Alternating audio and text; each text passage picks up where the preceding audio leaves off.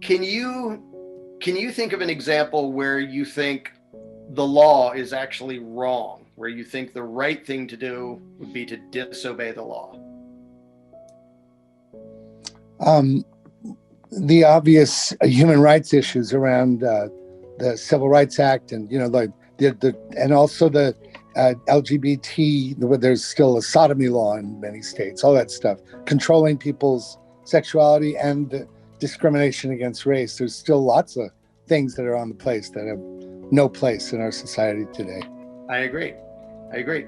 Now, when somebody, let's use a civil rights thing. I mean, a very simple example to use is if we sort of rewind back to the days when slavery, the open slavery, was legal and it was enforced. So, whichever example you want to use, if you believe the law doesn't match morality, do you believe it's perfectly justified for people to disobey those laws? Like, it may be hazardous, but is it morally righteous for people to say, those laws shouldn't be, and I'm not going to obey them? Yes. Okay, I agree. Yeah, I mean, by the way, I would have been way more interested in seeing a Trumpist go this conversation with you, because I'm already committed to the greater good through my life and my work. But I still have struggles with this, so I know Foster's trying to accelerate my journey here. So all of our journeys.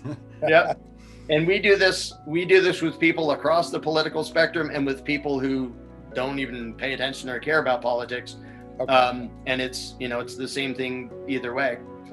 So in that example where you think the law is wrong and the person, is right to just disobey it, to basically be a criminal, in the eyes of the state, just to make it one more step uncomfortable, do you believe that a person has a right to defend himself? Like, if there's some sodomy law and they're like trying to enforce it, well, you didn't have sex in the right way, and so we're sending cops to arrest you for having sex the wrong way.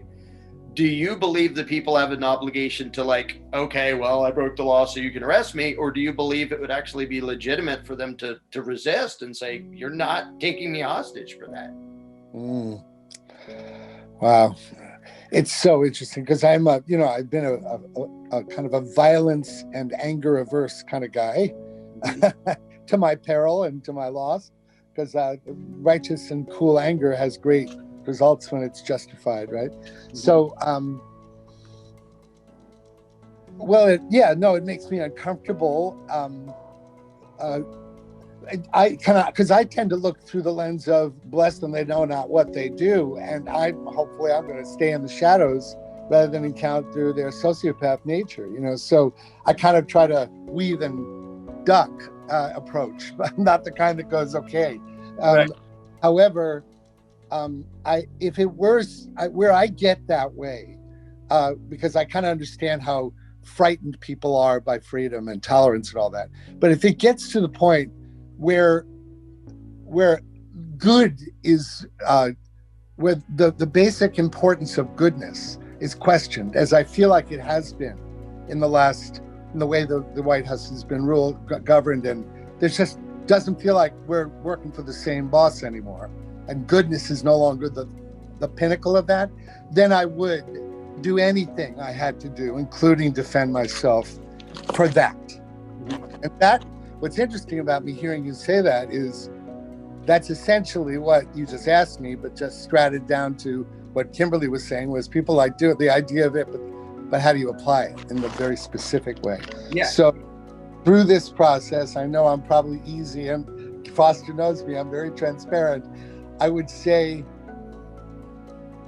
that if I really were awake and not afraid, I would do anything to defend the rights of my people of color, or the people who want to love somebody the way they want to love them.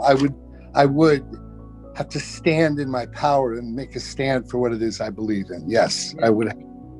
So to sort of paraphrase this as a more general philosophical thing, if there's a conflict between what your conscience tells you and what the legislators dictate, which do you think you should follow?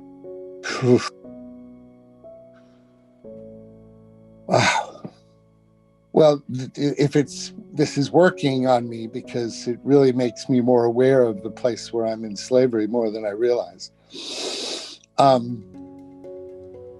Oh, God, it's so interesting. I'm like losing my train of thought, and that only happens when I'm being challenged. Okay. And I don't even know why that's challenging me. That shouldn't challenge me. Can you say the question again? Yeah, basically when there's a conflict between what your own conscience dictates, your own moral judgment, and what the legislators say, nope, this is what you have to do, which should outrank the other? Which should matter more, obedience to the law or obedience to your own conscience? So now what happens for me is that I start thinking about what it was like in my daughter's Waldorf school when anthroposophy believed in consensus governance, right? And nothing happened, or it took a very, very long time for consensus. And it's related to this because there's the thought that if everyone does that, we're going to live in complete and utter chaos.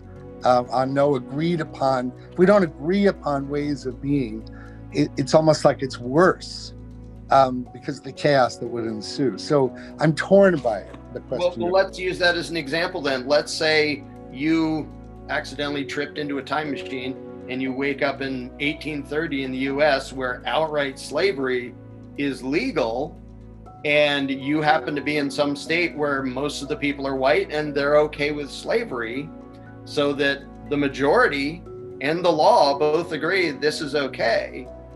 In that case, do you believe your moral code should matter more, or do you think if the majority has decided it, then they don't really need consensus? No, but one of my greatest heroes is the man that told the story of Amazing Grace. The abolitionist in the 1800s. It's that movie Amazing Grace made me know that he's my hero, and that's what I emulate. That's, if I were to live the life worth living, I would stand that indefatigably. I would stand like he's my hero in standing for what was right during that horrendous time. So you're helping me confront or listen to what it is I know to be true about my heart, right?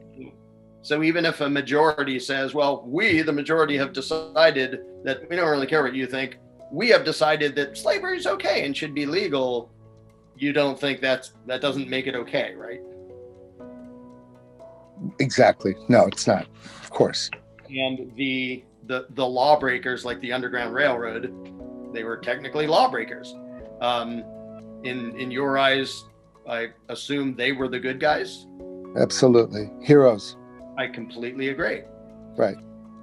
Can you think of any time where just you, from your own perspective, where you should actually choose to do what the collective or the majority or the government or the state or the country decides, if it goes against your conscience? In other words, is there an instance you can think of where you should go, well, I think this is wrong, but I'm going to go along with what I think is wrong? But I'm going to go along with what I think is wrong? Yeah. Is that, I thought you were taking me in the opposite direction. Okay. I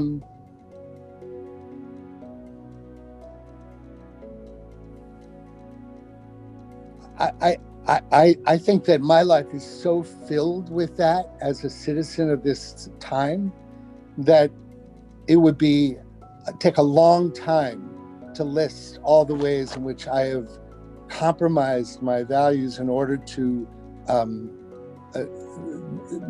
support the perceived order of things by people agreeing on something, right? However, contrasting to that, I spent my last 20 years on my own courageous kind of, this is not acceptable, which is excluding the arts in the STEM conversation, and the role of music and the arts as a way to wake us up to the fullness of our heart and soul rather than just the linear mind. So I've been a stand for something that's not okay with me in the culture that would change the whole conversation, right? So it's inconsistent by not seeing that there's places where I'm not following my conviction because it scares the shit out of me to confront it. Yeah. Okay, not to take too much of your time, if I can basically turn the same question around. let's say there's something that you want government to fund, and for some reason I don't. I either think it's counterproductive, or I don't think I should be forced to fund it, or whatever it is, and my conscience says I think that's actually destructive to society. I'm not going to fund it. What do you think I should do? Do you think I should betray my own conscience to obey the dictates of a government that you may support in that case? Do I have an obligation to go along with the majority if you're in the majority and I'm not? Well, this is why, in the years that I've worked on the music for Thrive in the last 12 years, I have to say this is one of the most significant places where my worldview changed. God, it's so interesting. This conversation makes me feel like I don't have a hard time normally tracking, but I'm definitely in, like, something's going on inside of me because I lose my tracking. So just remind me just this last piece, because I wanted to say something about it. Yeah, basically, if there's something that you may want government to fund, or some government program or something, and for whatever yeah, thank you. I remember. So that's where the non-aggression principle has really impacted me. When I heard about that as an overarching true north, and for me, that of course is compatible with my belief in do no harm and greater good, and honoring the goodness of each individual and in their essence, and affecting, all the ways in which the incarceration rates, all that stuff. So the do no harm is a very important principle in my life, and that would inform the answer to that question, right? Okay, then I guess sort of as a summary, when it comes to the things that government does, and I don't know what they are, and you don't even have to say what they are. When it comes to the things that government does that you may support, like you may want federal funding to go into this, or whatever it is, do you believe I should be forced to fund that in the name of the common good or whatever if I'm opposed to that? Or would you allow me the option to say, I do not want to contribute to it? You may think it's a great idea. I may think it's a bad idea. Regardless of which one of us is right, if either of us is even right, would you allow me, if it was up to you, would you allow me to say, I'm not going to fund that? Or would you advocate that government force me to fund that?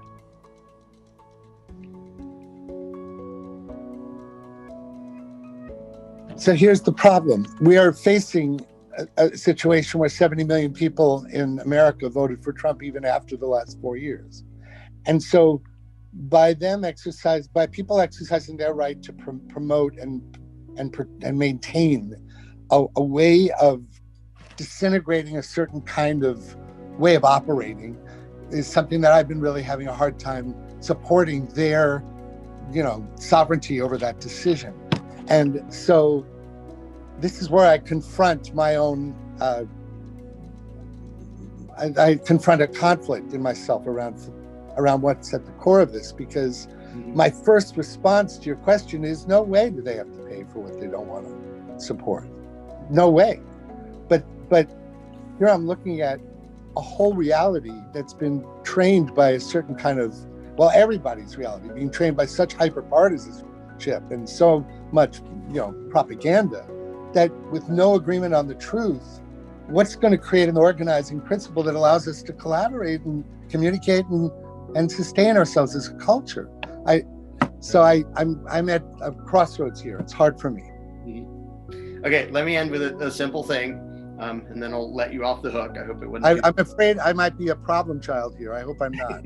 No, this is great. This is awesome. You're doing this is great. excellent. This is fun. So we have Republicans who have their, they have their political agenda and their legislative ideas of what should be happened, and that political agenda wants to force me to fund certain things. And then you have Democratic, political establishment that wants me forced to fund certain things. So my final question is a very simple one. Would you agree to the following with me? I will never advocate that anybody ever force you to fund something that you're opposed to, if you will do the same for me.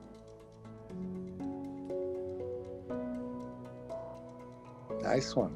That's a sweet keto move you just did. The answer is that I could agree to that. Good. Excellent.